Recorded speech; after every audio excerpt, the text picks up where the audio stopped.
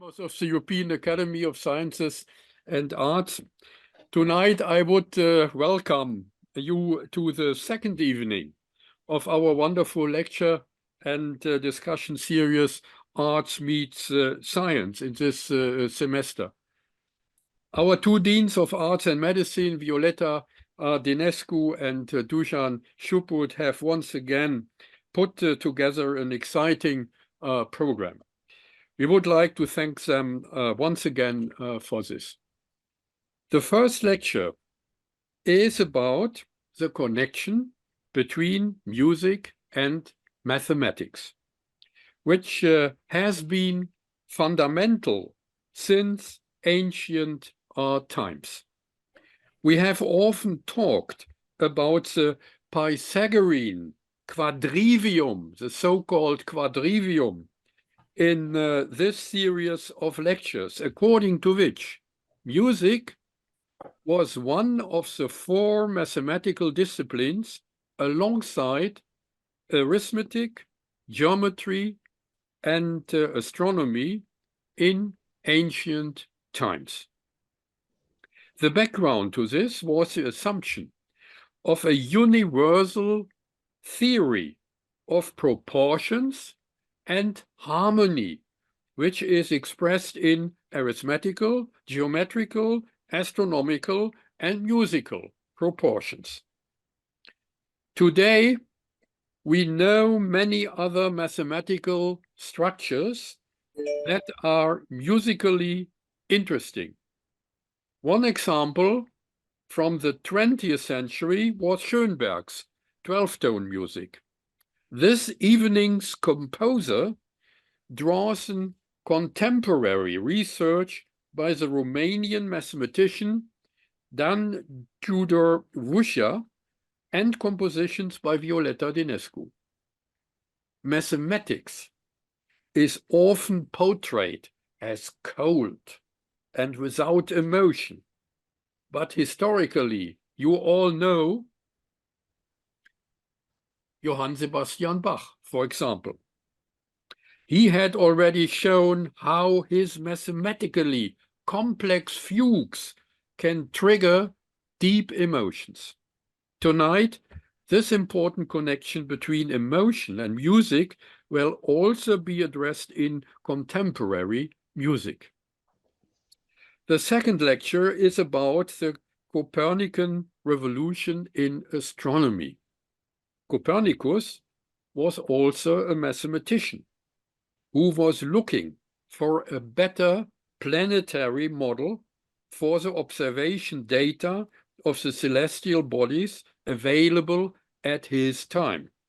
However, like still Galileo and Kepler, he was unable to physically prove that the sun was really in the center of the planetary system. This was only confirmed, by the way, at the beginning of the 19th century, for example, with the confirmation of the fixed star parallax. In this respect, mathematical reasons such as simplicity and accuracy, for example, for Copernicus, and even aesthetics and beauty for Kepler especially, also play a central role in research. Regardless of the mathematical and physical justification of the astronomical model at the time, the metaphorical and ideological impact of the term Copernican Revolution was enormous. It signaled the beginning of the modern era in science, art, philosophy, politics, and society in Europe, a truly interdisciplinary topic for the European Academy. Please enjoy and have exciting discussions. Thank you for your attention. Thank you, Klaus. And now, Violeta, please do the introductions. Thank you very much. I would like to present the first Thorsten Gubatz. He is a composer, clarinetist, musicologist. He studied philosophy also and German literature in Constance, Pittsburgh in America, and Freiburg. He did his PhD in Freiburg with a thesis on philosophers Martin Heidegger and Hans Georg Gadamer. Then he became a Benedictine monk. He was leaving the monastery before the perpetual wars, and he continued his studies in theology, resulting in a book on Arnold Schoenberg's opera Moses and Aaron. Currently, he is about to finish a theological musicological new PhD thesis on the composer's Bernd Alois Zimmermann as a religious artist. So far, he's published books, many essays, reviewers, and encyclopedia articles. He plays, as I told you, the clarinet, formerly also in orchestra, but now mainly solistically. Several composers have been dedicating compositions to him. Since 2016, he has been presenting Romanian and Republica Moldovan music on the YouTube channel, which bears his name, Thorsten Gubatz. This is a huge ocean of music you may discover. It's really fascinating. In 2023, he has received a diploma of merit by the National University of Music in Bucharest, and two of his compositions were premiered at the Days of New Music in Chișinău, Republica Moldova. He has also been elected as a honorary member on the Union of Composers and Musicologists of Republica Moldova. Further premieres of his compositions are scheduled this year in Bucharest, in Berlin, and Chișinău. Thorsten, please come on to us. Thank you so much for having me here. It is a great honor and a big pleasure to me. And the first thing I need to know is how to share my screen. I've already responded to the question by the program, but I can't see my screen yet.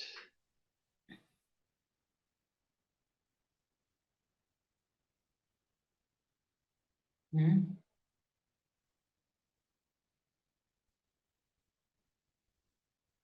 Mm-hmm. What do you see at the moment? I see me. Yes, you should actually see my screen and now I the can rest see of a it. slide. You see Vuza serialism. Yes, that is. That is Yeah. perfect. Then I can start. In my presentation, I will first delve a little into music history and give an outline of what serialism is and how it changed music.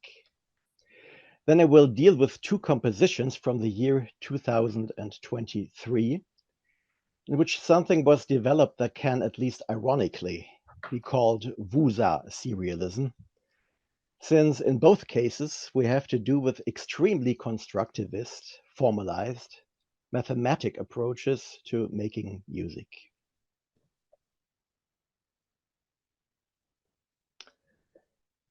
In the 19th and early 20th centuries, major European composers pushed tonality towards its limits. Just think of Wagner and the Tristan chord, which is what you can see here if you study too hard. Think of Scriabin and Stravinsky, of Strauss and Schoenberg.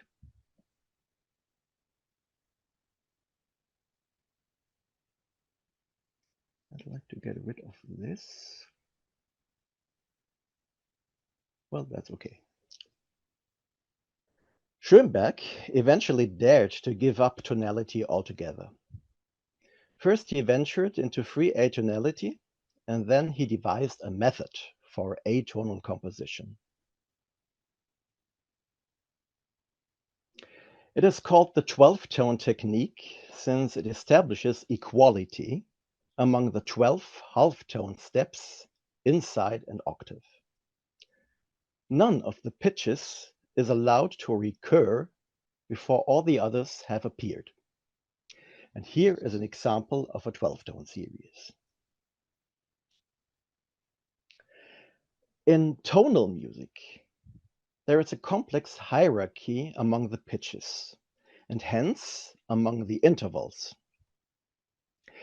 This includes various degrees of consonance or dissonance.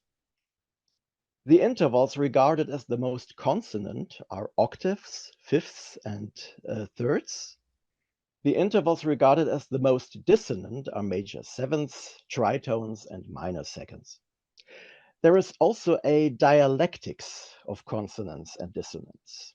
In the first place, one may think that in tonal music, consonance is seen as something right or desirable, and dissonance as something wrong or undesirable, but that's not really true.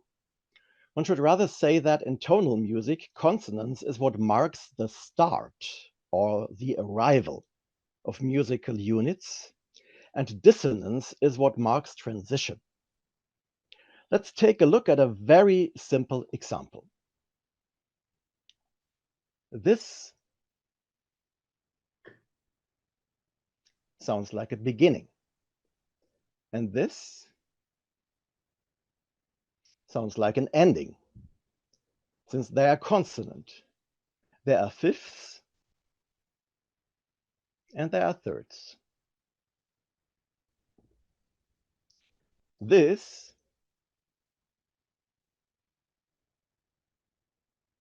sounds neither like a beginning nor like an ending, since it's dissonant. There are tritones.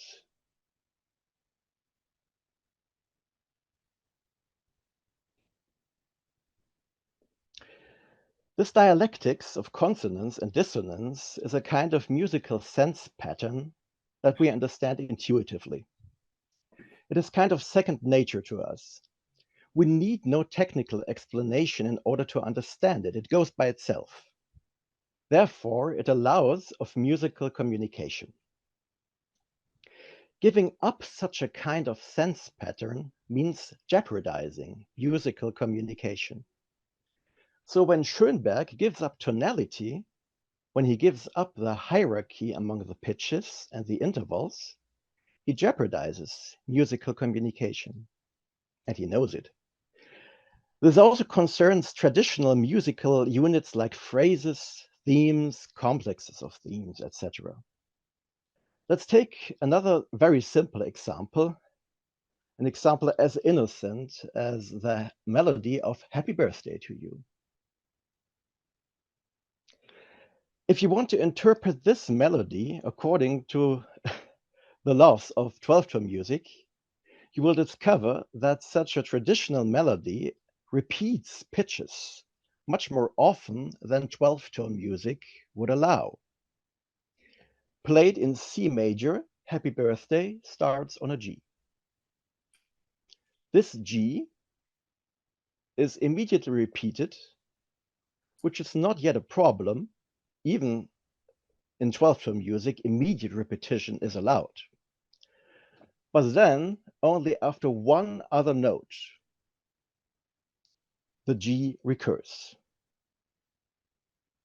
And only after two other notes, the G recurs again, etc.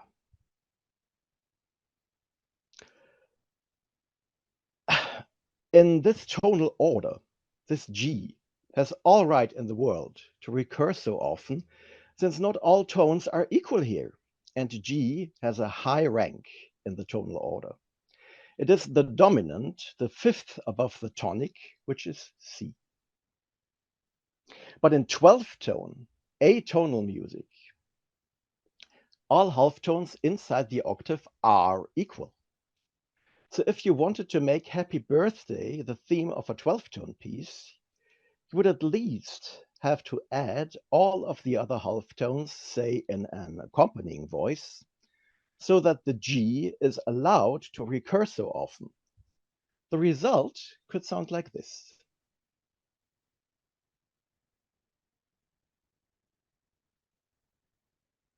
Sorry, there is no, Man hört nicht, also man hört leider nicht. there You is don't hear no this? sound.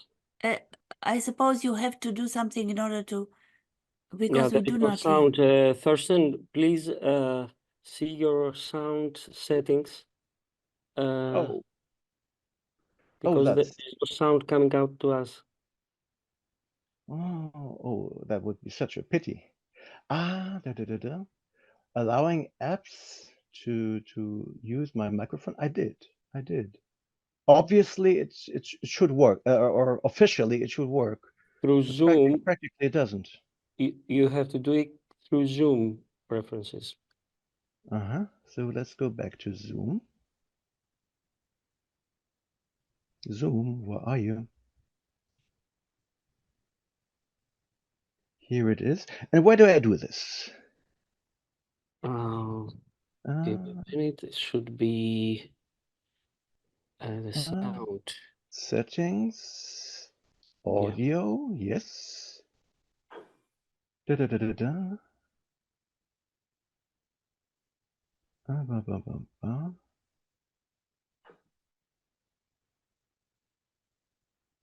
Zoom background noise removal. No, that's not it. Microphone, real take audio, test the microphone. You may send us after your Up, colloquium, and you up. shall. System audio on the right, a little on the right up. In German, it says das System, where the system audio is.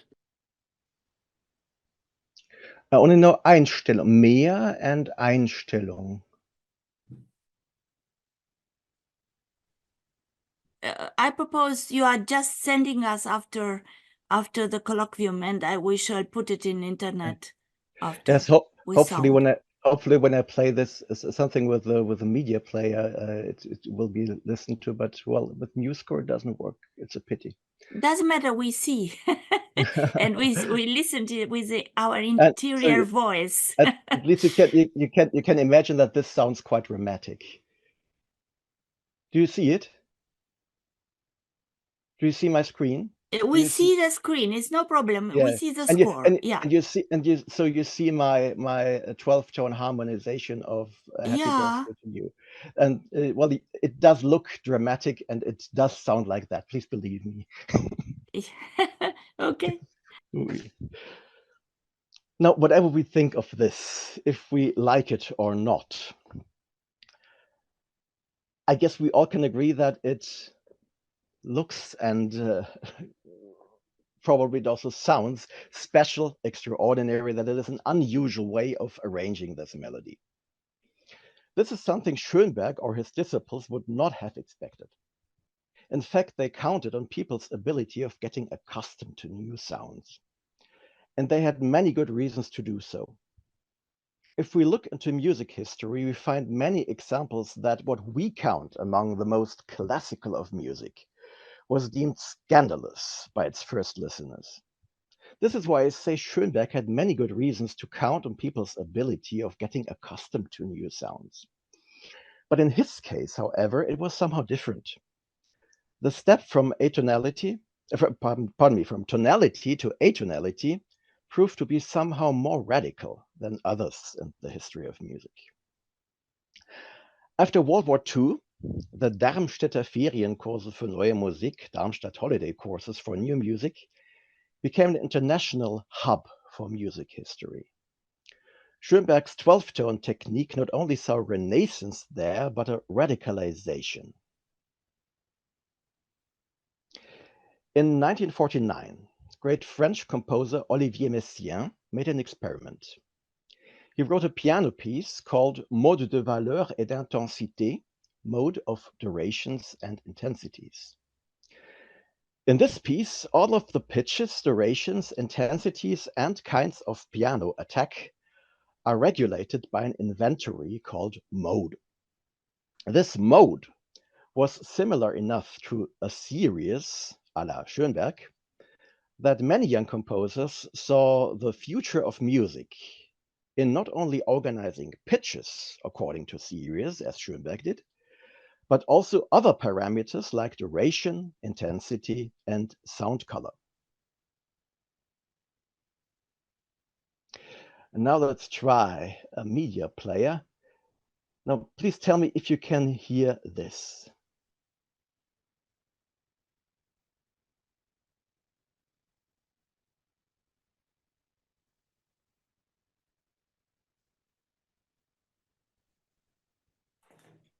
Could you hear it?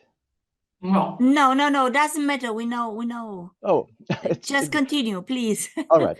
Okay. There was an example from Pierre Boulez's Structure 1, a showcase piece of serialist music. Now, this is definitely no longer a music in which you could I've quote. got to get over to my students of presenting in the other building, and then at 4 o'clock I have to be at Lyric Center to give a talk. So the question I have for you is, Please. what Oh, your I have view to. about has Oh no. unmuted. No, we will do it on Monday. We already tell him that. We will Oh do it no, on no, no. Monday. Mute. I have to mute. Okay, and then what's her name? Benicia wants to Oh, have I have be to home mute. Who is dinner either Sunday or who Monday. is speaking now? And Josh, remind Josh. Please. All right. Okay. Now you may continue. So back to serialist music. Christine? Mayako, please mute yourself. I come. Yeah, please mute yourself, Mayako. Ja, ich bin easy. Ah, I mute her. Yeah, you may continue now. All right. Now, serialist music is definitely no longer a kind of music in which you could quote Happy Birthday. In Schoenberg's 12-tone technique, this was still possible, even if it came at a high price. The same price now comes to the power of 4. Therefore, at least in its raw state, the serialist method cut music off from everything that had traditionally been called music. Why were the young post-war composers willing to make such a radical step? One of the motives seems to have been that being truly modern included doing science, and that truly modern art was supposed to be of scientific spirit.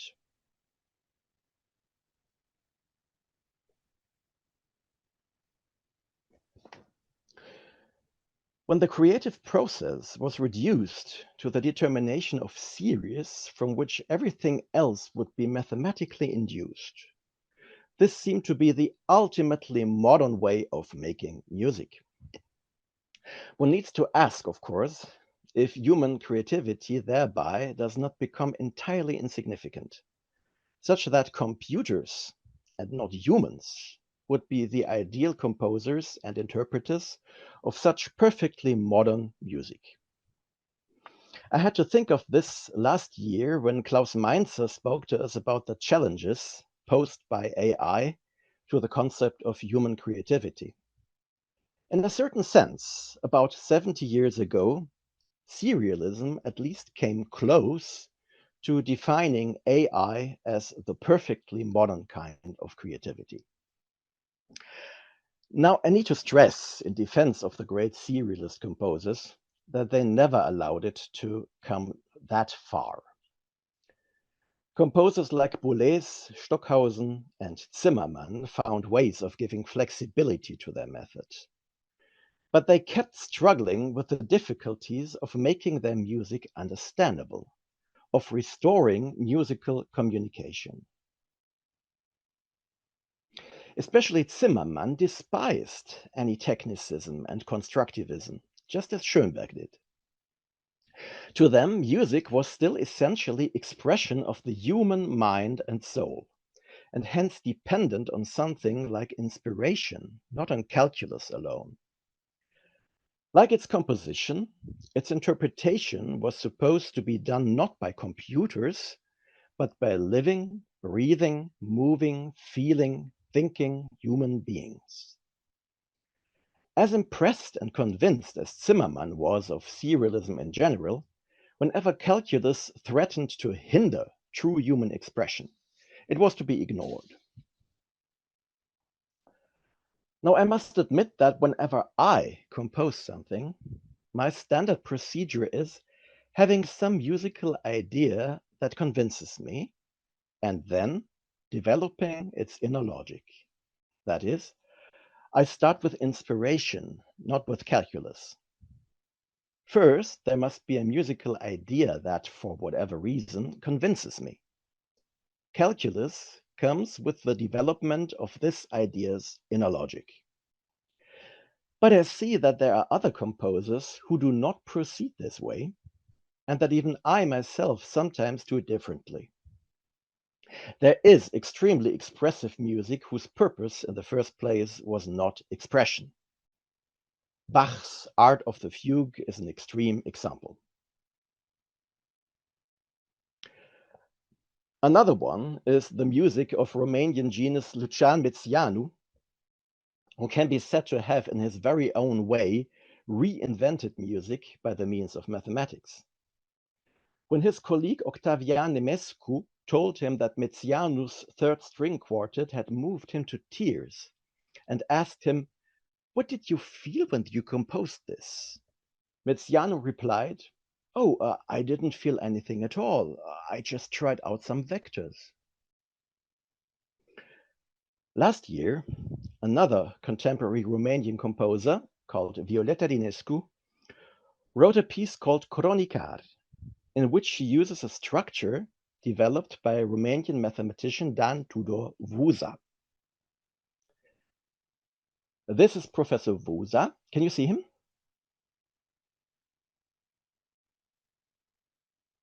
Can you see him? I don't hear you. Yes, yes. Very good, very good. You see him, yes. Yes, yes. And this is the structure used by Dinescu in Cronicar. As you can see, it has 6 horizontal lines and 72 vertical lines. It would be more adequately represented not like here as a flat ribbon, but as a cylinder. Just imagine that the short ends are glued together like this.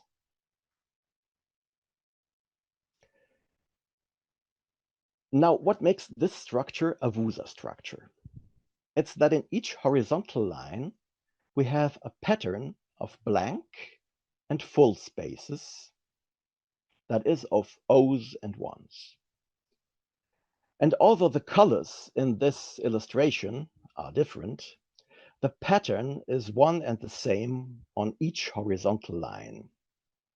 You can see it particularly well if you compare, for example, lines 1 and 2, or 3 and 4, etc. It's always the same pattern, but from line to line, this pattern is shifted against itself. And it is shifted in such a way that no vertical line has more than one full space. Only one full space here, only one full space here, and like this in each of the vertical lines.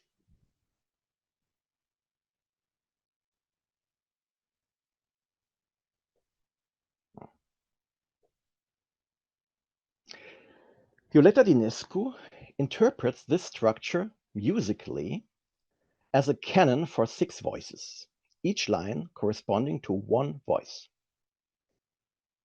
The 72 vertical lines are interpreted as 72 time slots for the voices. The full space, as we said, only 1 in each vertical line. The full space in each vertical line indicates whose turn it is. At the very beginning, it's voice 6, then voice 2, then voice 4, etc. But since there is never more than 1 full space in each vertical line, the voices never overlap. So what makes this a canon? In a canon, several voices follow each other in an identical way. In a canon as we know it, the voices play the same thing at different entries so that the voices overlap. But here, the voices follow each other in another way. They do not play the same thing at different entries, but they have the same sequence of time slots with O's and 1's at different entries. The result is something that first appears like a contradiction in itself. Normally, a canon is understood as a composition with several voices overlapping and playing the same thing. But a Vuza canon is a canon in which several voices neither play the same thing nor overlap. This kind of applying the Vuza structure musically does not prescribe in any way what kind of music is to be played, but only which voice is active and the others not. This made me think if there could be a way also to derive the musical material from the structure. And indeed, there was an easy way for doing so, since 72 is a multiple of 12, hence of the number of halftones of the chromatic scale. So I could take the Vuza structure and divide it into 6 sections, each comprising 12 vertical lines, like this. Each of the 12 vertical lines then was interpreted as one step on the chromatic scale from C to B, and as a 16th concerning the duration. If, for example, as at the beginning of voice 1, which is here, the Vuza structure section is 000, 1, 000, 1, 1, 000, we get the following in pitches. 1, 2, 3, 4, that is D sharp. 8, because we have a 1 here, so we get 8, which is G. And in space 9, we get an O again, so we have a G sharp.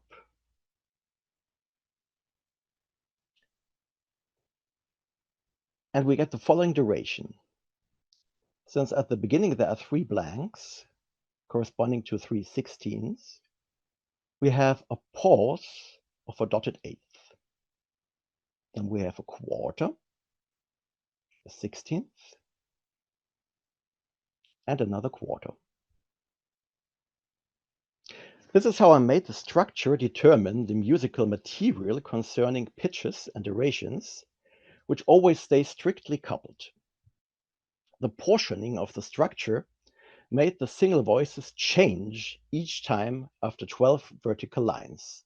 So you can see when we go on here from slot 1 to slot 72, voice 1 concerning starting with slot 13 is not the same thing as it was during slots 1 to 12, and so on and so forth until the end.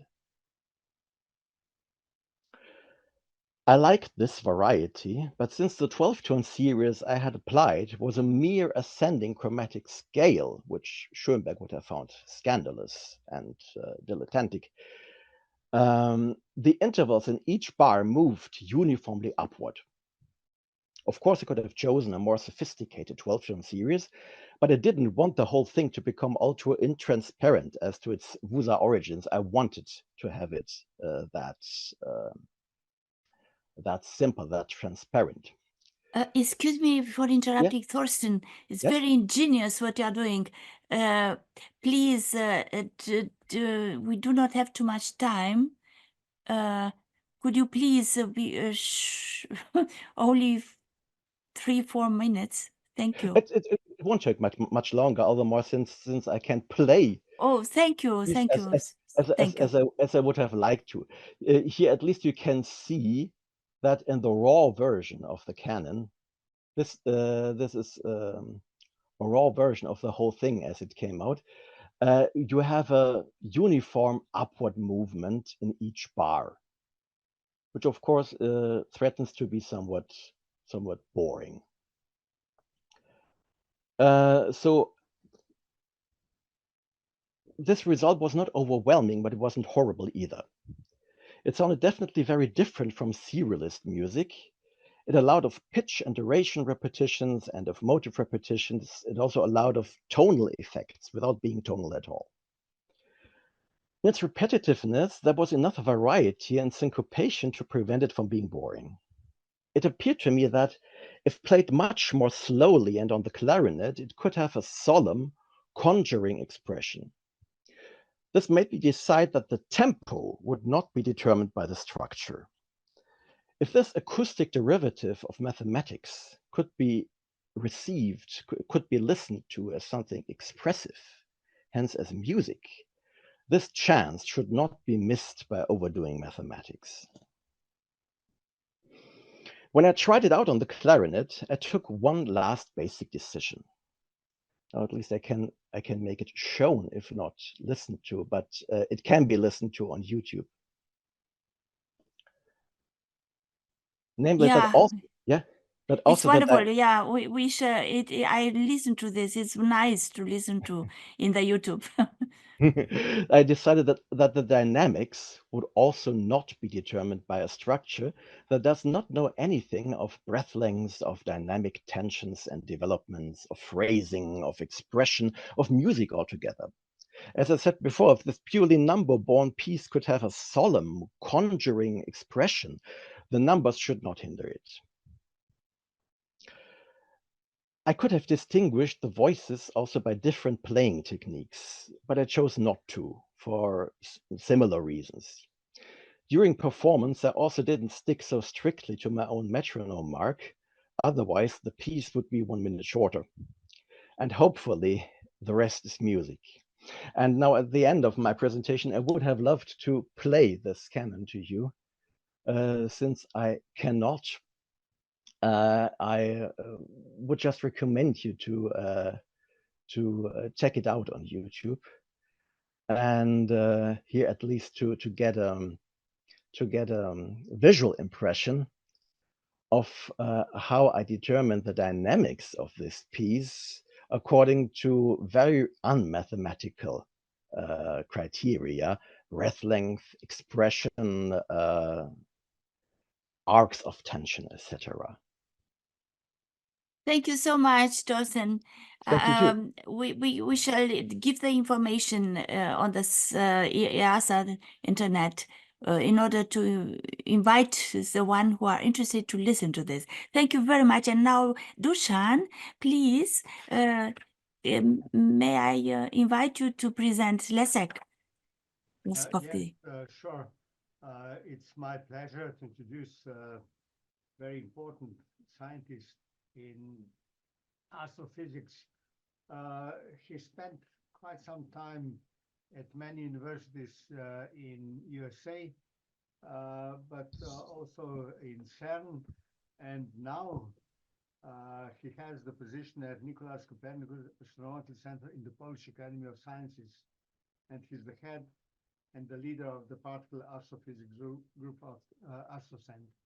I'm sure it will be very, very exciting thing topic to listen to. It's really amazing how the small universe in subatomic particles is maybe just as big as astrophysics. That's how I see many things, but probably I'm wrong. And here's our member Leszek Roszkowski to correct me, but I think your lecture will be very, very interesting to many people. Please, the podium is yours. All right. Can you see the screen well? Can you hear me? Yes, we do. Yes, we see and we hear you. Yeah. Yes. Very good. So thank you very much. It's a pleasure and honor to be here to speak to this audience. The first time, in fact. I'm a relatively new member. I joined the Academy in 2022, if I remember correctly. So it's a pleasure, and I would like to tell you a story which I found absolutely fascinating. You've heard from the introductions already that the Copernican Revolution, the Copernican achievement, was a big story in itself. Copernicus is an iconic figure in science.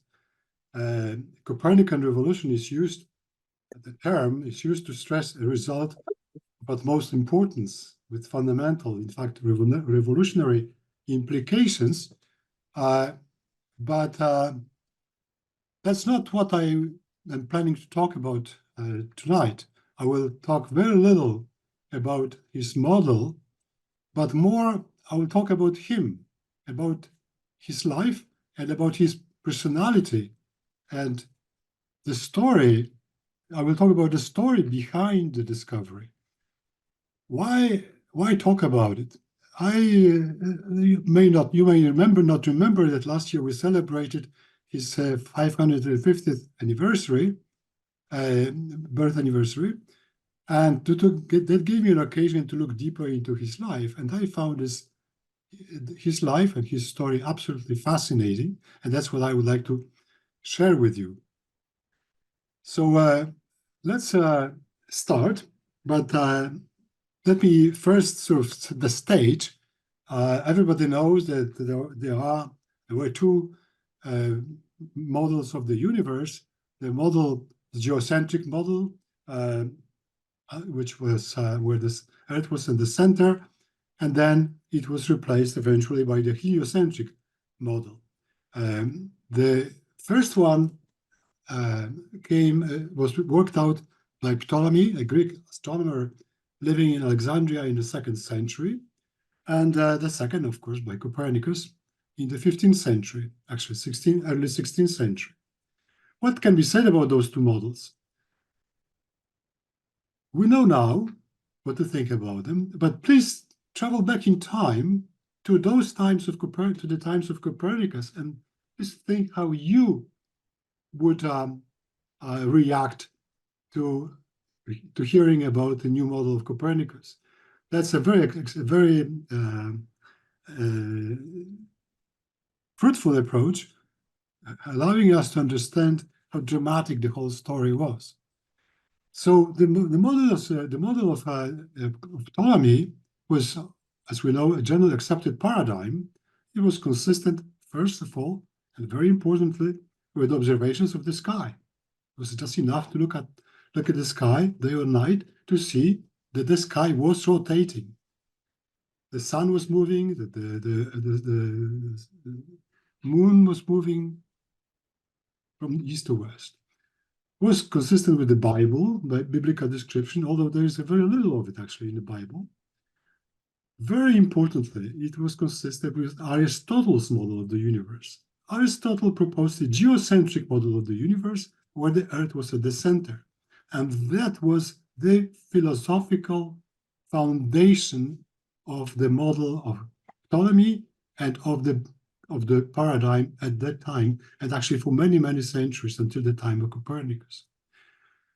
That's very important to remember. Not the Bible as much as the Aristotle's model of the universe. And finally, the model of Ptolemy was just consistent with common sense. It was just consistent with what you saw. In that context, the new model of Copernicus could be just considered insane, completely insane. But let's go to the beginning. The story took place, obviously, as we know, in Europe, which at that time looked quite a bit different than it is now. And Poland and Lithuania formed actually a very big union of two nations, a very successful union. And I will take you to a remote corner, not only of Poland, but of Europe, not only of Europe, but of Poland, by the Sea of Baltic Sea, to the province of Warmia. I will not go into too many details here for the lack of time, but that's where he spent most of his time. That was part of Royal Prussia, reconquered from the Teutonic Knights a few years earlier. And he was born, he spent most of his time in Fromburg.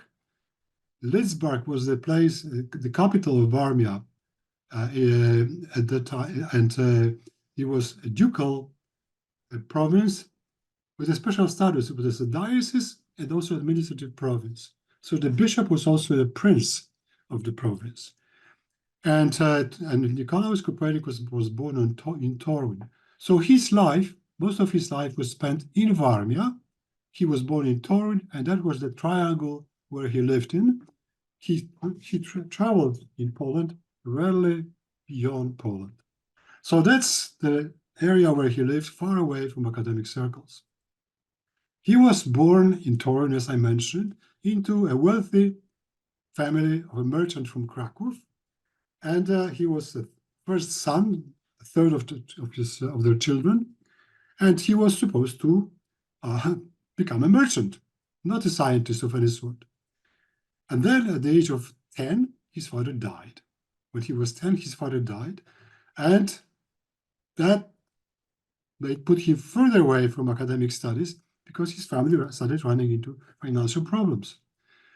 And then his uncle, Lucas Wassenrode Jr., offered to pay for his and his brother's education. As we will see, that was not completely philanthropic, but at that time it was a rescue operation which opened the door for both of them to enter university. So they went to Krakow, which was the capital of Poland at that time, and they studied at the University of Krakow, which was one of the top intellectual centers at that time, and now it's called University of Krakow. Now it's called Jagiellonian University, one of the oldest universities in Europe. And Copernicus studied several subjects there, including astronomy, but received no degree in it. Astronomy was very strong there, though, and with world-class scholars, including Albert of Brudzewo, and he certainly heard about the geocentric system of Ptolemy being questioned, even criticized there, and the ideas of heliocentric system were also discussed there. The importance of his period in Krakow was expressed by Nicolaus Copernicus himself in his book where he wrote, "I was born in Torun, Krakow formed my thoughts." So that was a very important period in his early life. Then he moved on to Italy to study in Bologna first, where he studied law, art, where he received a master's degree, also medicine probably, and a bit of astronomy.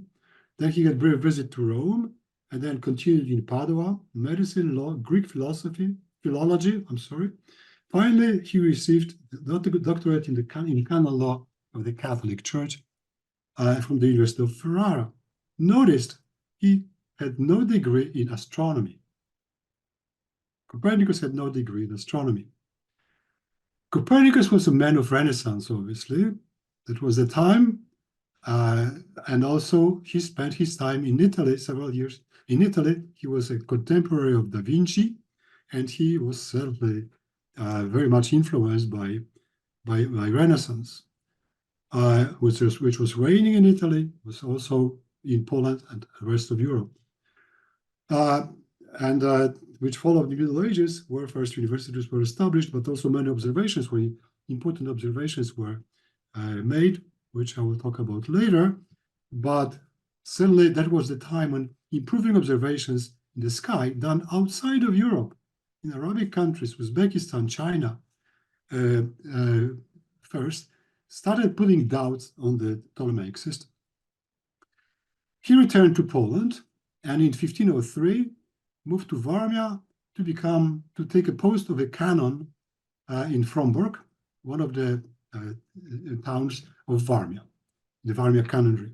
And he became a personal secretary to his uncle Lucas Wassenrode, who in the meantime became a bishop of Varmia and a prince bishop of Varmia, a very important figure, in fact, the fourth most important person in Poland at the time.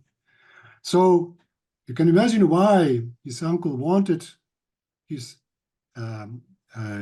both Nicolaus and Andrei to get educated. He wanted to have personal secretaries. Anyway, he was very busy being a personal secretary, and he wrote many letters. He did many other jobs, travels, and so on and so on. It was a full-time job.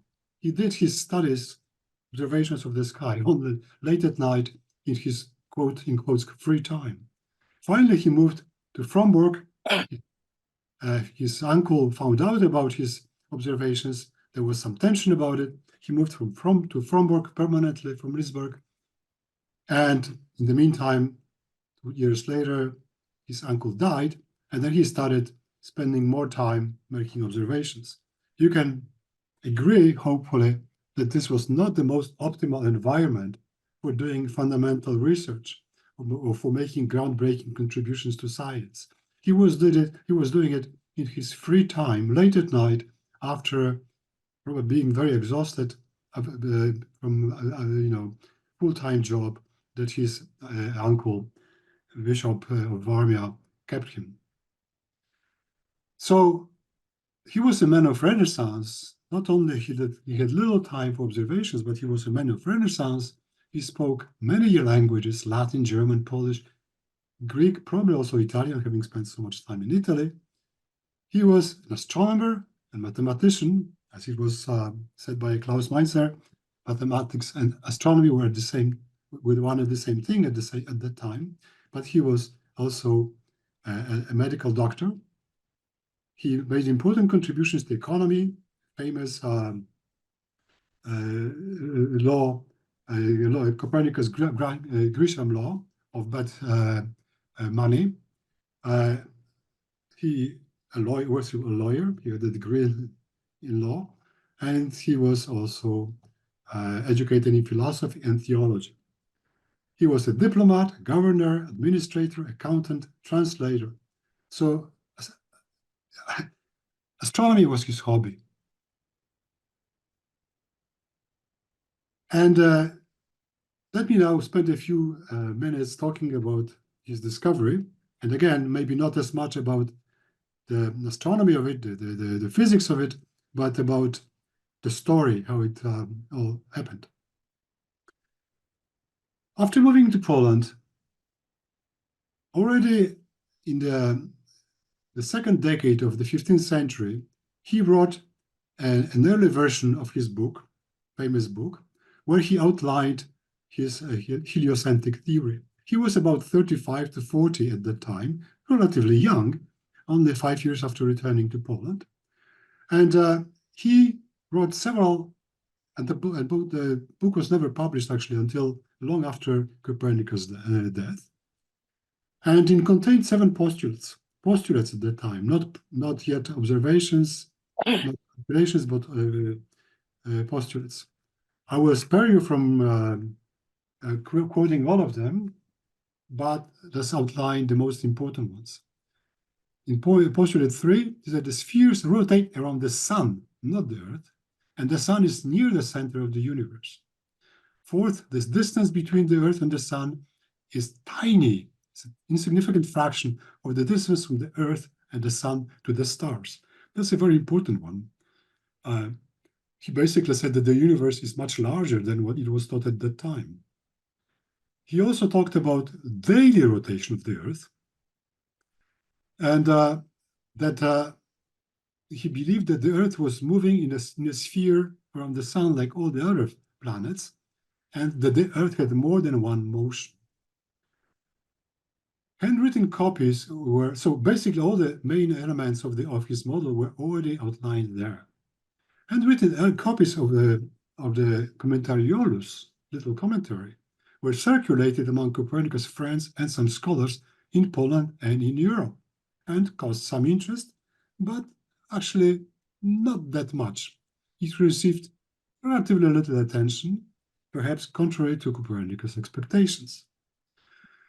A few years later, Copernicus was invited, though, by Pope Leo X to take part in the early works on the reform of the calendar, which led to the Gregorian calendar that we are using today. So he was recognized as one of the greatest astronomers of his time. And in 1533, the Copernican system was presented to Pope Clement VII, who apparently liked it, and some cardinals. time was running more slowly at that time. So it took a couple of, several years before sort of models started talked about the higher levels in the Vatican. But a few years later, on the 1st of November 1936, Cardinal Schönberg, Pope's advisor, wrote, it was a Cardinal of Vienna, I believe, wrote a letter to Copernicus urging him to publish his results. He even offered to cover the cost of publishing the book. Also, several top intellectuals in Europe, clergy and laity, showed increasing interest in the Copernican model.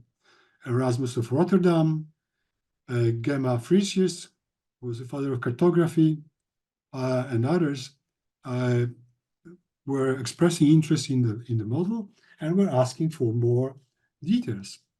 And yet, Copernicus remained reluctant to publish his fundamental work, his main book, that he in the meantime finalized by 1535. So you can see that the model had been outlined already, made sort of known to the academic and church circles, and he was Copernicus was encouraged, strongly encouraged to publish it, and he remained reluctant to do so. What a story! And then there comes Rheticus, an important figure who actually played a pivotal role in making the work of Copernicus published. Who was Rheticus? He was actually Austrian. His full name is George Joachim de Porres. He was a young mathematics professor at the University of Wittenberg, and he became interested in the work of Copernicus. There is some story behind it, how it really happened. Some people say that it was the friends of Copernicus that made him interested. Whatever the story, the fact is that in May 1539, 4 years before the death of Copernicus, Rheticus arrived in Fromberg, and he stayed there for 2 years and learned from the source about the model and understood it in detail, corrected a few details, and then a year later, Rheticus published his own first account, an introduction, Narratio Prima, report of the Copernicus cosmology, according to which the Earth is a planet rotating on its axis and revolving annually about the central sun.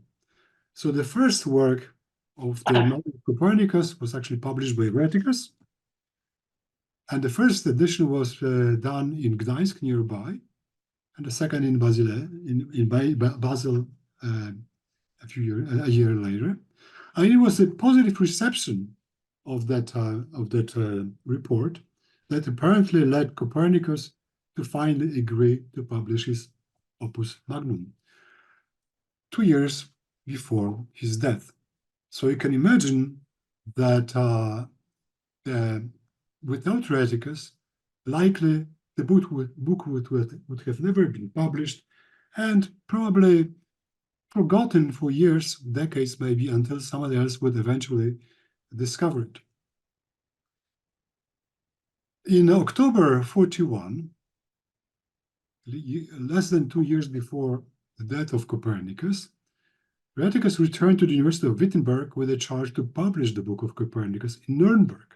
Why Nuremberg? Because Nuremberg was the European capital of printing books at that time. And there's another side of this story, amusing and interesting. Namely, that was the time of Renaissance, where Copernicus lived, but that was also the time of the start of Lutheran Reformation. Lutheranism, especially in Germany, spread very rapidly into Scandinavia, but also into Poland and Lithuania. It started having influences. But Luther condemned the model of Copernicus in very strong terms. He said, people listen to an improvised astrologer who wants to prove at all costs that it is not the sky that rotates, but the earth. That Copernicus, in his stupidity, wants to destroy all the rules of astronomy. We read in the Holy Scriptures that Joshua commanded the sun to stop, not the earth. That was the reason why Luther believed that Copernicus was totally wrong. Calvin, by the way, also condemned the work of Copernicus. And yet, it was Rheticus, a Lutheran from Wittenberg, who went to Warmia, to Copernicus, to learn about the model of Copernicus, brought back his book to the Lutheran part of Europe, to Nuremberg, again in the Lutheran part, and it was published in the Lutheran part of Europe by Lutherans. So what a remarkable twist. By the way, between Catholics and Lutherans, there was a war at the time. One could even get killed by being caught in the other territory, in each other's territory. So the book was published. It contained the famous book on the revolutions of the celestial spheres, the 6 books. In March 1543, just 2 months before Copernicus' death.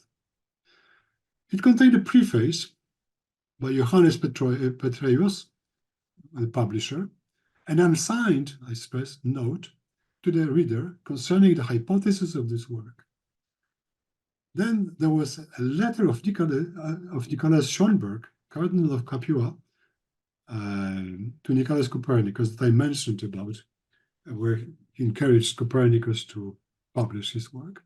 There was a very interesting letter of Copernicus to Pope Paul III, but that was included in the introduction.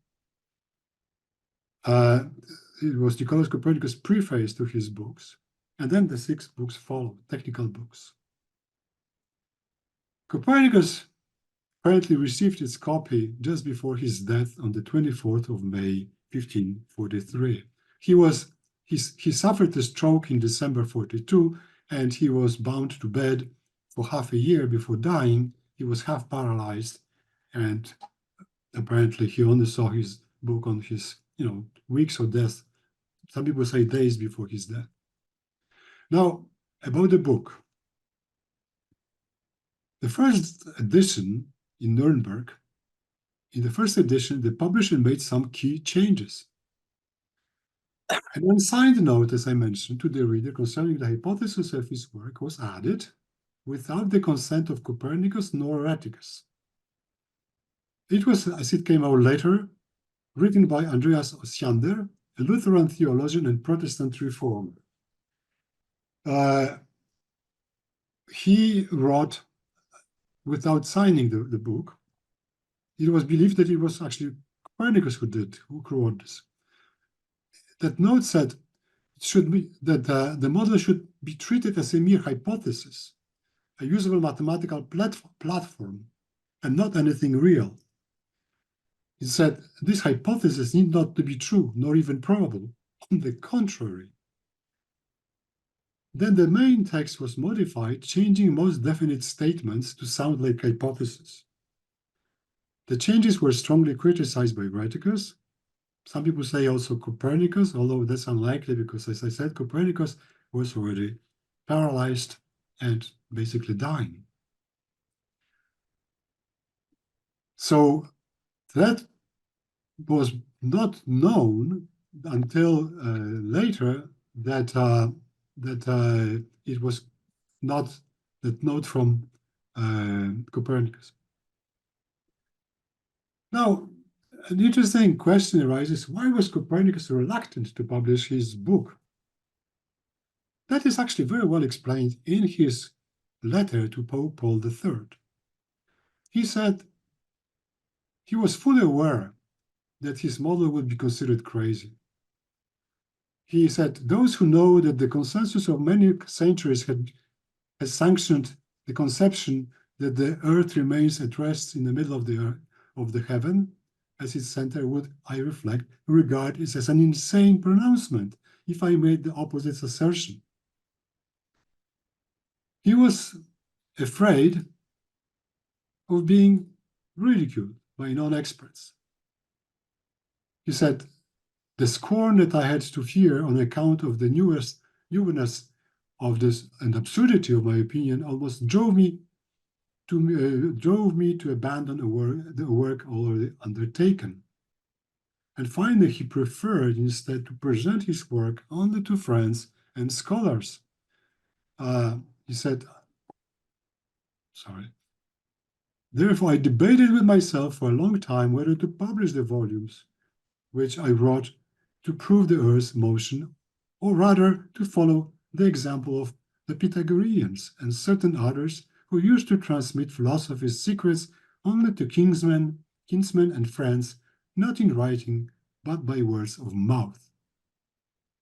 Well, very different times he lived in from today, where publishing is the biggest thing, the most important thing we do. Sometimes even the quality doesn't matter. We can, of course, talk about it more and more, but let's move on. The book was finally published. You can see many copies of it on the internet. I have not seen this copy because this copy belongs to me. And there are 6 technical books. This one in book 6, you can see one of the tables. The book is filled with many formulae tables and so on, and observations were done. And just about the model. What's more beautiful in the sky than which envelops everything that is beautiful, he said, after so many observations of the sky with rather primitive instruments. Look at this figure. Look at this picture, please. It was done by Matejko, one of the Polish famous painters, on the 400th anniversary of his birth. And the early model, the early preparation for this painting contained a different element here, which you can see here. It's a telescope, which then disappeared from the final version because Matejko was told that the telescope was discovered by Galileo only 60, 70 years later. The original could be seen in Warsaw in June. There was a big exhibition, and I was lucky and very happy to visit the place with 3 Nobel Prize winners: Jim Peebles, Barry Barish. Jim Peebles got Nobel Prize in 2019. Barry Barish 2017. Art MacDonald 2015. Big contributors to science, to the universe. And then you could also see very primitive elements. I mean, the instruments that were used at that time, astrolabe, for example. Also, the monument of Copernicus, which I wanted to show because his left foot on 2 books. I looked more closely, and the books were the books of Ptolemy and Hipparchus, 2 great astronomers of antiquity, and I thought the artist perhaps overdid a bit. It did not deserve to put the books under the foot of Copernicus. They were all great astronomers. The book was a fantastic achievement, great, great work, obviously. And it made a very big impression even on Goethe, who wrote, among all the discoveries and opinions announced, nothing made such a great impression on the human mind as Copernicus' science. It was read by many people, and there is worth mentioning sort of underlying the greatest contributions of Copernicus. He created a full-scale, detailed geometrical model of the heliocentric system. The Earth and the other planets move around the Sun, which is stationary, and the current retrograde motion of the planets is caused by the Earth's motion. The Earth has 3 motions: annual revolutions about the Sun, daily rotations, annual tilting as well.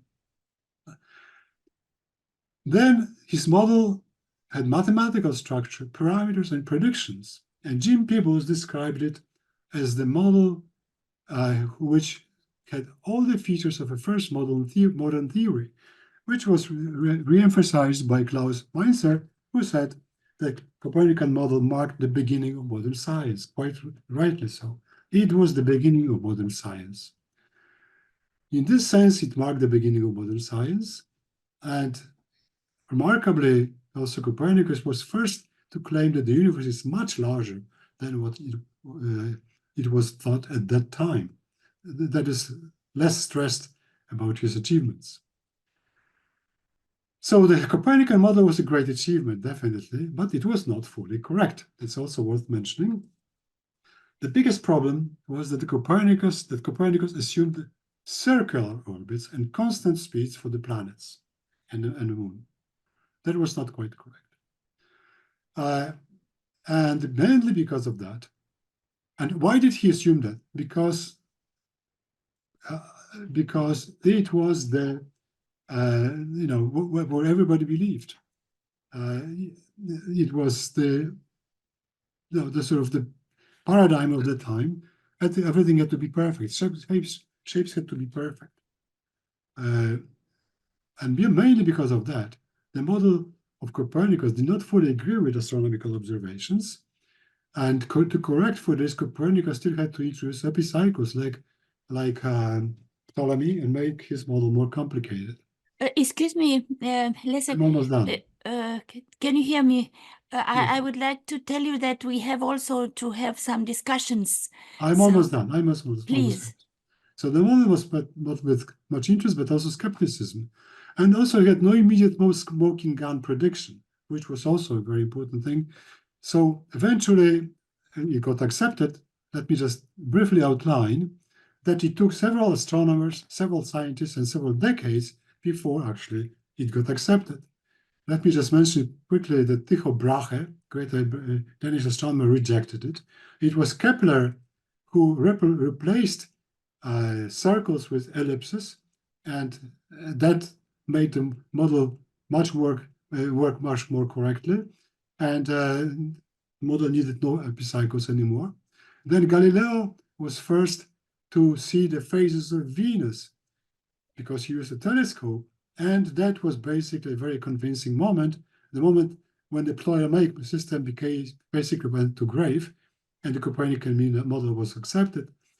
And finally, Isaac Newton explained with his model of gravity, why epicycles were the right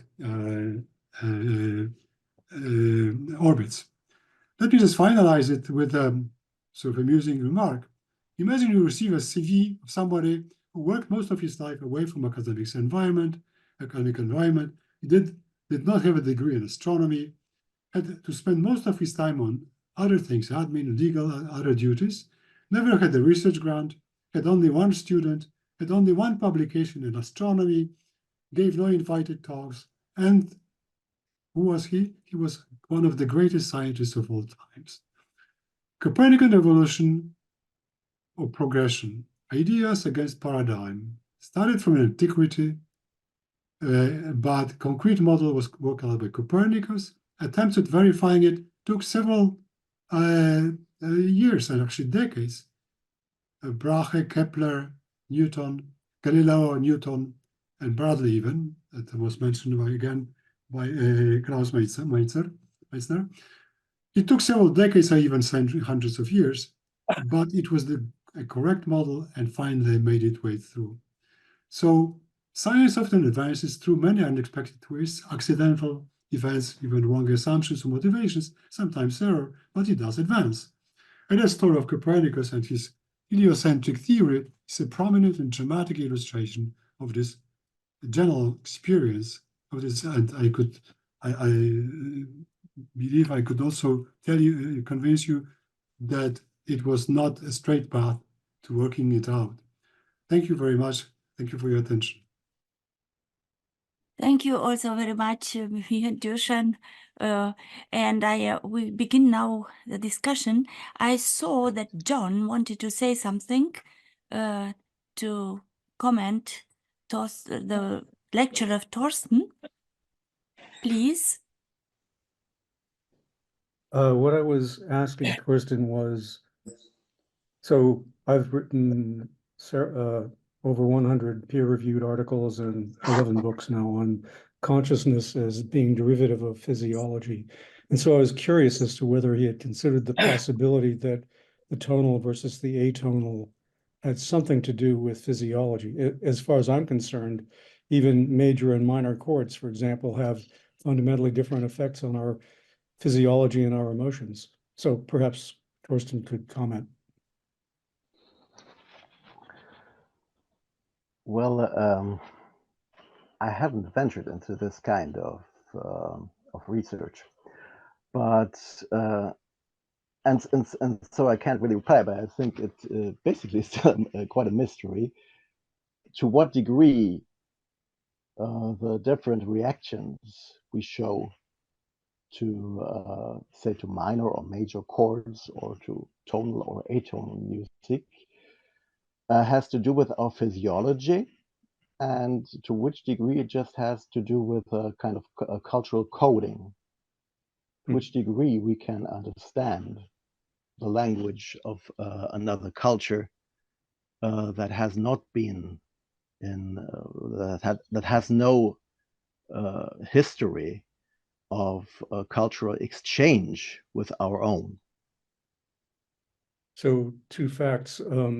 The middle ear bones derive from the fish jaw as we emerged from water onto land, for example. And it's now, so my laboratory at UCLA does epigenetic research, how we assimilate factors in the environment to evolve. And so that's why I think there's a much more fundamental relationship that you're tapping into, in my opinion. Please, if somebody would like also to make some commentary, I would like to ask you, me and Dušan, because I do not see exactly. So you just have to begin to ask, because I do not see any sign. Thank you very much, John.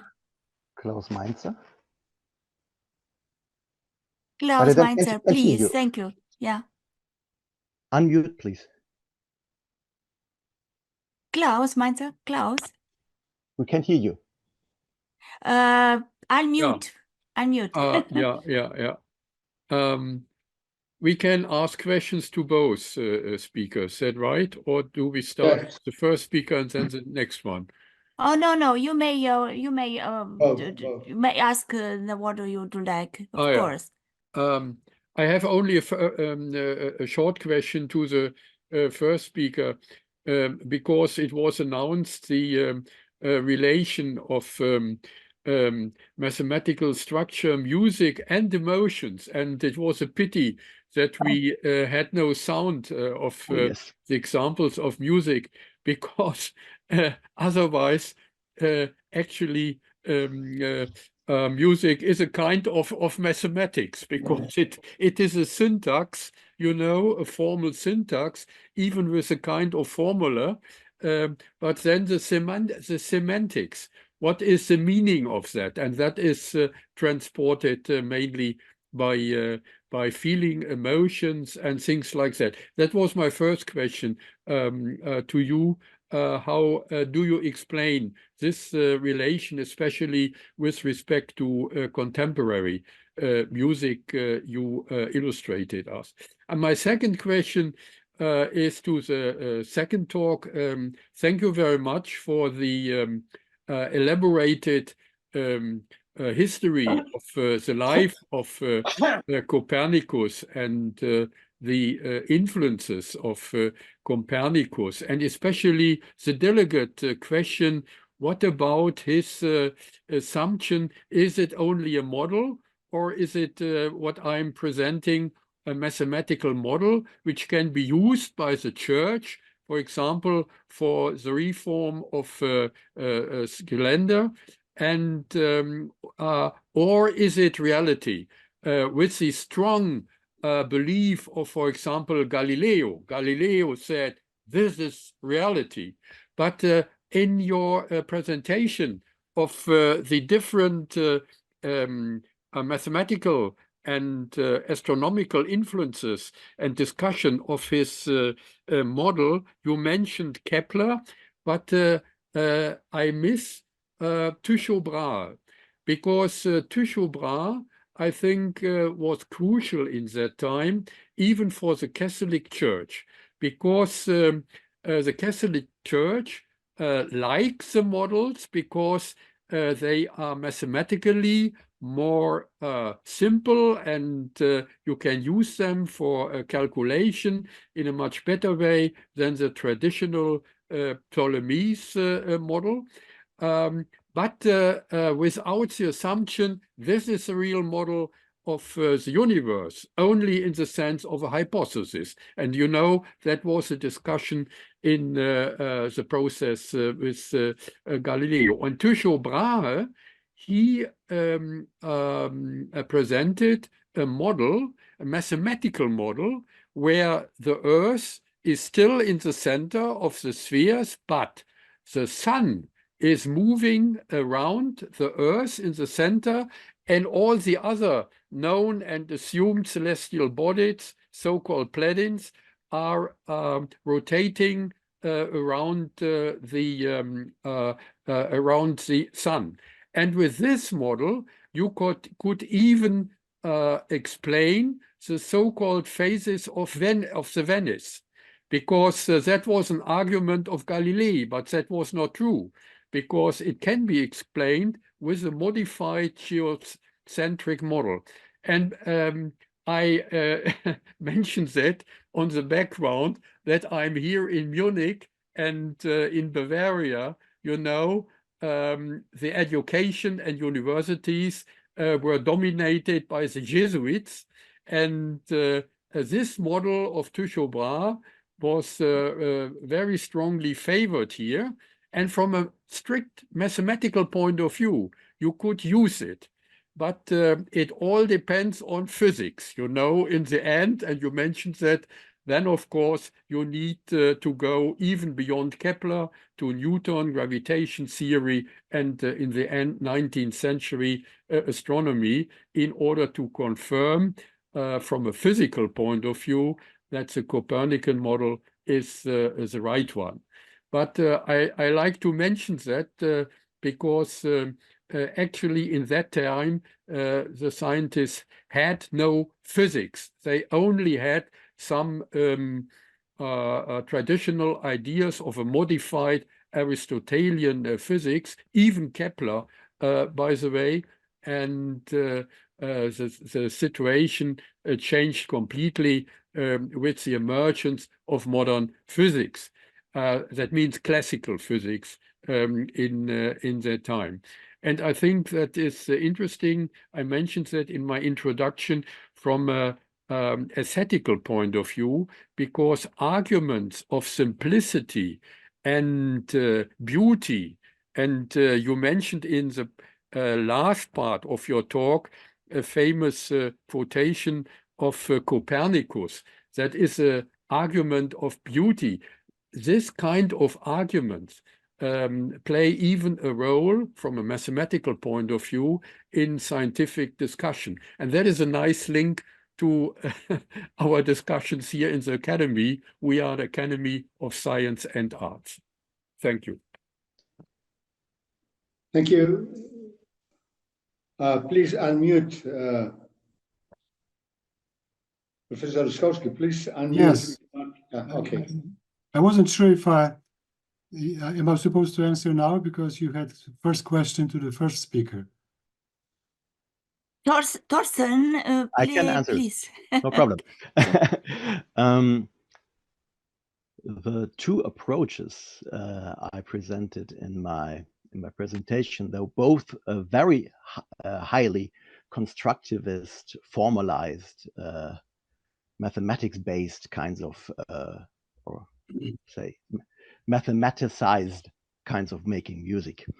But the results were different, and that was something I found fascinating, because in the case of serialism, the result, and it's such a pity, really, I couldn't play my samples here. The result in the case of serialism is really the extreme kind of example you can have of how modern music sounds like. What you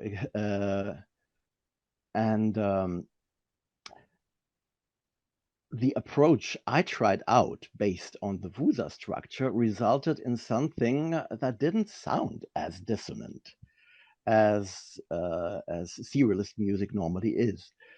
There are major chords in the piece I wrote. There are anacrusis. You can interpret at least what the formalism gives you as a material in pitches and durations, and interpret this like a melodic development. And you can, though the formalism doesn't know anything of major and minor chords, it does produce things like that. And given our cultural coding, or maybe even our physiological coding, we just can't help like hearing major chords there, and anacrusis and melodical phrases and so on and so forth. Thank you. Thank you very much, Thorsten. And now, Leszek. All right. Thank you very much for your comments, questions. Actually, very much to the point. Maybe let me start from, if I remember, from the first point that you made. You asked me whether Copernicus believed that his model was a mere hypothesis or was a real description of the real world. I believe, actually I'm convinced, Copernicus was very much convinced of his model being the correct model, not just a mathematical trick. He believed this was the right description. He assumed part of his model is that the Earth is a sphere. Remember that the fact that the Earth is a sphere was only proven by Magellan in 1525, after his famous trip that he never completed, by the way.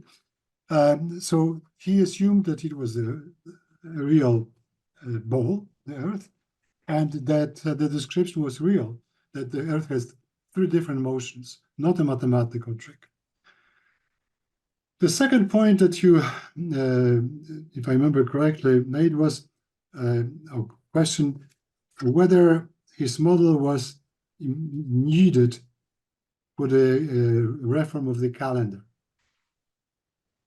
This is a very good point, a very good question, because it was becoming increasingly clear that the Ptolemaic model was just, not giving correct description of the motion of planets, and one had to correct it every once in a while, and it was becoming, with improving observations, more and more of a problem. In fact, embarrassing, because the prediction of the date of Easter was moving closer and closer to the date of Christmas, and eventually Christmas would start happening later, after Easter. So there was clearly something wrong with the model, in addition to many other problems. I cannot answer for sure that the model of Copernicus was, in the early form, helpful in improving in working out the calendar, but certainly it's clear that the interest in looking into the problem came probably from the visit in the year 1500 to Rome, when Copernicus observed the full eclipse of the sun in the Vatican, and at that time it was certainly discussed, both the model and the calendar and the various problems. That was probably, a pivotal moment in his life when he started looking more and more closely deeply into this and took it very seriously. Now, as I try to present in my brief talk, the full version of my talk is actually, it's a full 1 hour talk with many more details. I had to cut it down. But Copernicus was, of course, was a very hardworking person. But he was also a very, I would say, very serious person. He did not take things for granted. He learned Greek in order to read the book of Ptolemy, the work of Ptolemy in its original form, because surprisingly enough, the book of Ptolemy was not published, it was not translated into Latin until later. So he learned Greek to read Ptolemy's book in original. And he checked everything, all his work was just very detailed observations and calculations on corrections. He was a very, very solid scientist, very solid person. So probably I would speculate without remembering it and being 100% sure. Yes, I can imagine that working out the detailed description of how the Earth moves around the sun was probably instrumental in working out the correct calendar, which only took some time, which took several decades because of the Reformation, Counter-Reformation, all those things. But Copernicus' role was actually very important there. Finally, you mentioned Tycho Brahe. Let me, if you allow me, to share with you the screen again with a slide that I did not show because I put it into the backup of Tycho Brahe, his work and his model. He was the first serious scientist, first astronomer who took the model of Copernicus into test. Brahe, a Danish astronomer, also from a noble and wealthy family, had built an observatory in a remote island away from light, and he had the best laboratory at the time, the best instruments to study the sky. And he had a brilliant idea. He said, in the model of Copernicus, there should be a parallax seen of a bright star. There was a bright star seen, and what a parallax is, if you take a finger in front of you and you close your right eye intermittently, you can see the finger jump left and right. It would be the same with the different star, changing slightly its location. So Tycho Brahe looked at the bright distant star, and he did not see the parallax. So that led him to the conclusion that the model of Copernicus was wrong. He didn't know, Brahe, that the effect was 100 times too small to be seen with the naked eye. Tough luck. But he had a brilliant idea. It just came 100 years or 200 years too early. So he worked out his alternative model. Actually, it was not even his model. He put forward the model that you mentioned, Klaus, about the model with the Earth at the center and the sun orbiting the Earth and all the other planets orbiting the sun. Yes, the model had some successes, but admittedly, it was an ugly model. It was an ugly model, and it was a model that the student of Tycho Brahe, Johannes Kepler, criticized and actually left Brahe because he believed this was not right. It was ugly, and your remarks about the beauty very much come into place here. Somehow beauty had to be part of it. And in science, since the time of Copernicus, beauty has always been present, one way or another. Symmetries play in physics a fundamental role. Symmetries are beautiful. And symmetries, if they are broken for a purpose. But beauty, symmetry, simplicity is certainly a principle or principles that guide us in looking for a more fundamental theory. So yes, that was present in the model of Copernicus, maybe too much, because following Aristotle, he assumed circular orbits, like everybody else. But yes, it was definitely an element of this. And Copernicus himself said that his model must be right because it's a very, it's a model that he believes is correct. It just makes sense as such. Thank you. Thank you very much, John. Dušan, I would like to ask you, because I have to go to a concert in 10 minutes. Please remain. And John wanted to remark something, and also Graham Waterhouse. Yes. Thank you so much. Okay. Yeah, please comment. Then I ask two questions shortly too. And please go ahead. So I see a synthesis between both talks in the sense that, so we've published a couple of papers on the Fibonacci series. So the Fibonacci series is a prediction. The first two elements predict the third element. That runs through all that we recognize as natural sciences. So my question to Thorsten was whether the difference between the tonal and the atonal was that the tonal corresponds to the Fibonacci series, but the atonal does not. And I think that the evidence for that is that the tonal version was much simpler than the atonal, so it corresponds to Occam's razor. Okay, and the same is true of Leszek's comments about beauty, because beauty does correlate with, if not actually being predicted by the Fibonacci series. So perhaps they could comment. Yeah, please answer. Thorsten. Who, me? Well, I have a problem in applying Occam's razor here, since I am afraid that, well, entities must not be theoretically multiplied beyond necessity, but where's the criterion for necessity? And do we have different catalogs of criteria in art and in science, even if on a highly theoretical basis we might reduce the one to the other? I'm really not sure about that.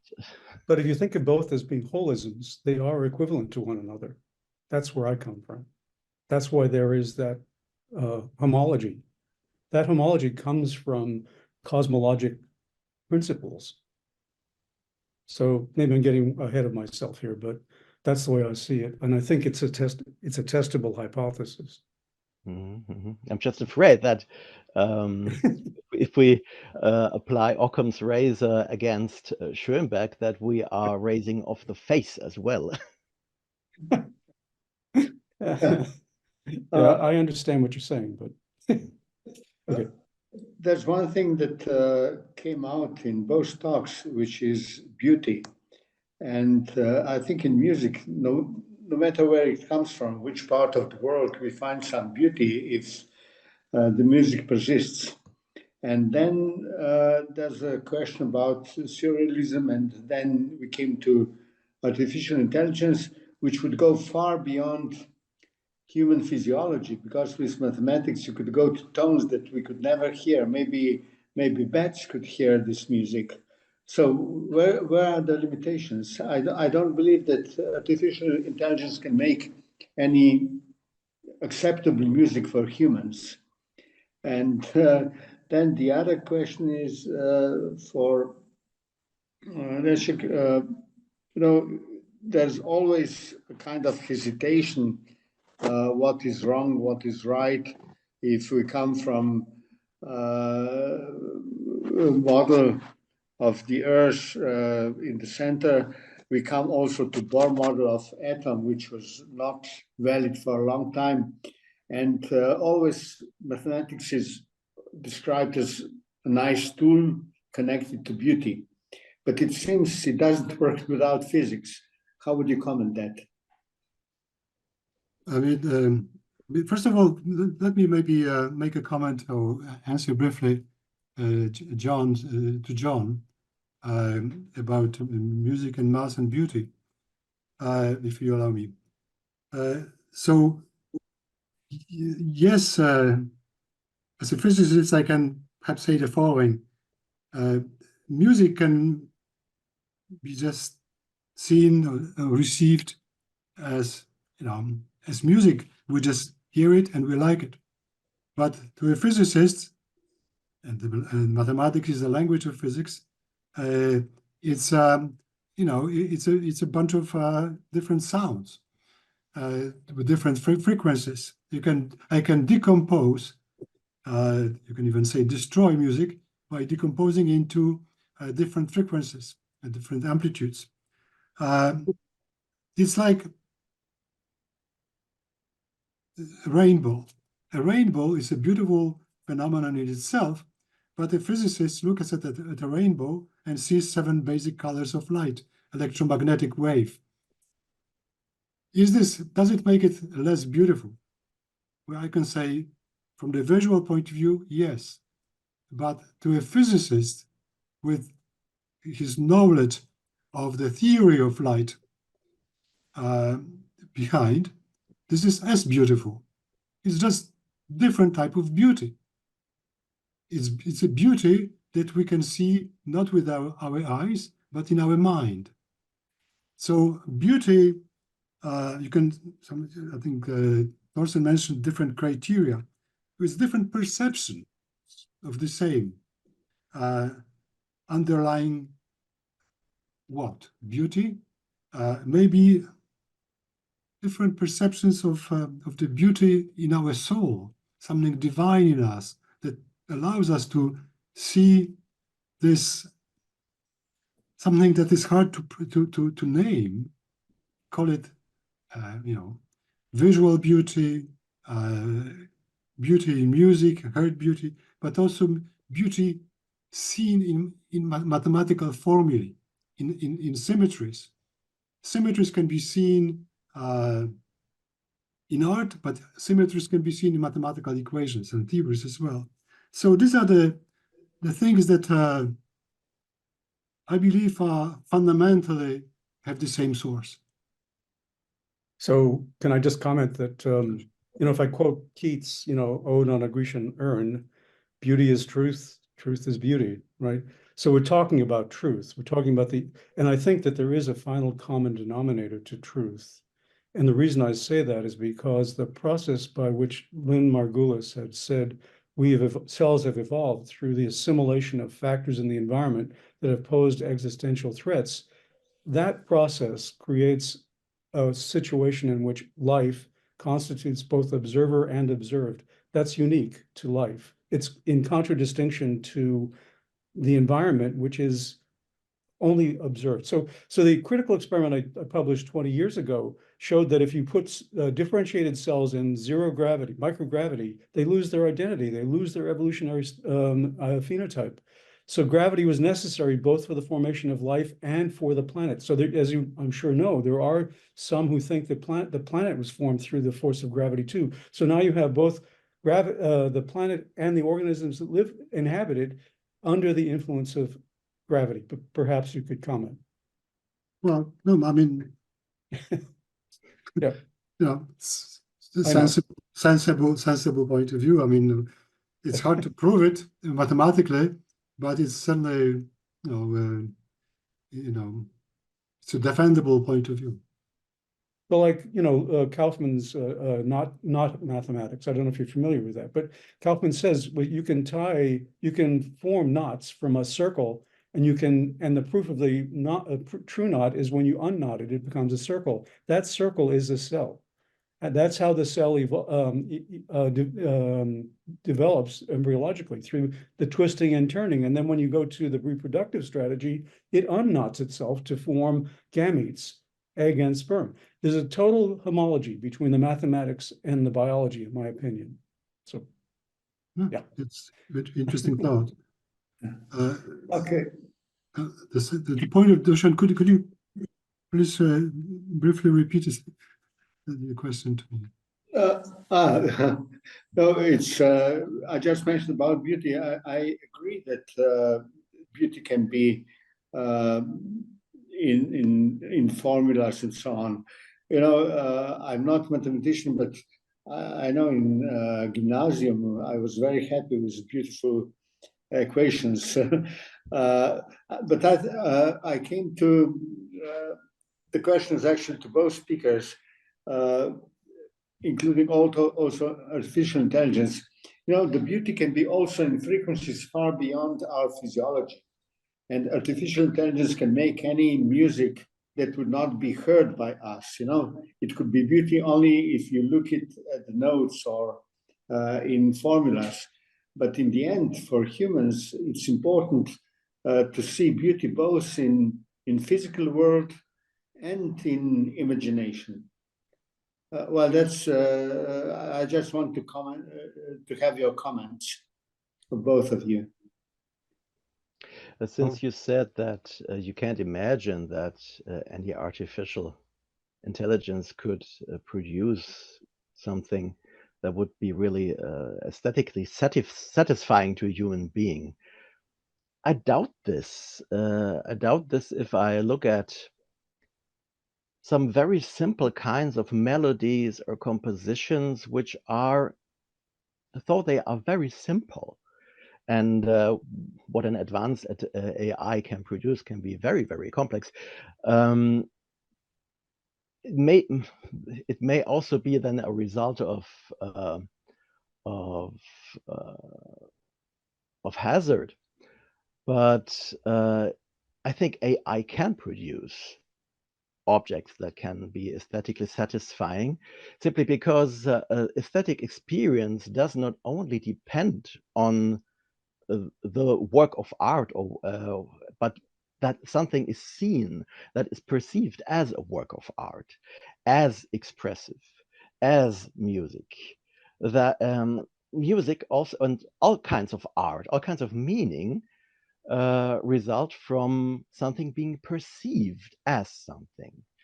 And this something's being meaningful or beautiful does not entirely depend on what it is, regardless of anybody perceiving it. Oh, thank you. Yeah. Can I just maybe add to this?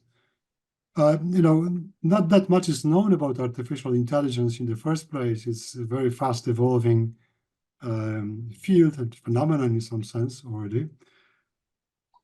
I could imagine that, I mean, it has many meanings. One is that, for example, you could just teach computers to to create various melodies. And then computers can basically create all sorts of melodies that can possibly exist. So maybe some of them could be actually likable. We could even like.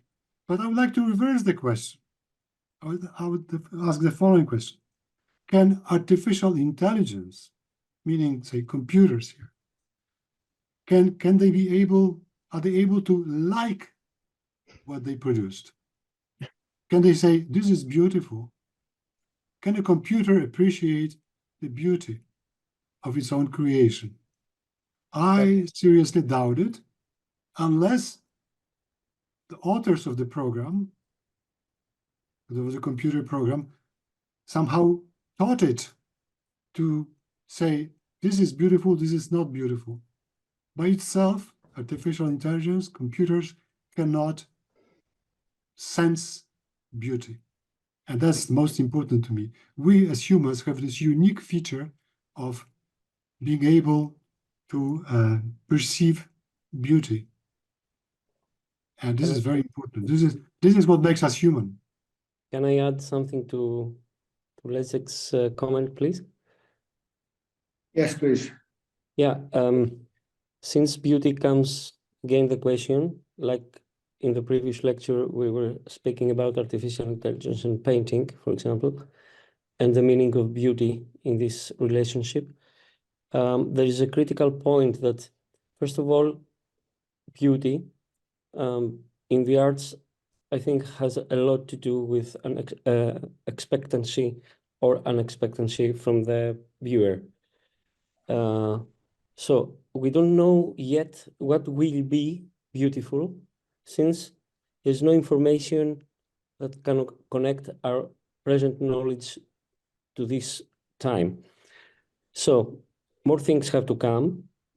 The machines are adding some fast results to this wish we have to this effort we're making to consume more images, more art, more science. They are speeding up the situation by means that we are reaching now to the point of the very interesting point of Leszek. If machines can understand, in the previous lecture we had last week, it was, can machines understand laughter and humor? Because they produce some kind of humorous results. But I think the answer is always that since we have animals between us and the machines, we can see that animals have certain reactions to humor in machinic terms. Now, for now, we don't know for the future. Thank you for the comment. It's nearly 8, so I think only John can still. I see you're raising your hand, and please give your question or comment, and then we'll have to close. Okay, so I recently published a paper showing that symbiogenesis, the mechanism of evolution, is equivalent to quantum entanglement. So what I'm saying is that artificial intelligence only accounts for local intelligence, not the non-local intelligence that references the cosmic consciousness. So for example, you can distinguish elevator music from real music, because what's missing is that spirit, that soul, that comes from the non-local consciousness, in my opinion. So I'll be brief. I'll leave it at that. I can only add that I believe that the sense of humor is one of the greatest gifts from God that we received. That's excellent, excellent comment to close the session. I enjoyed it very much. I hope we'll have many meetings like this. And have a good evening, and hope to meet you next time. Okay, bye-bye. Pleasure, and thanks for it. Bye-bye.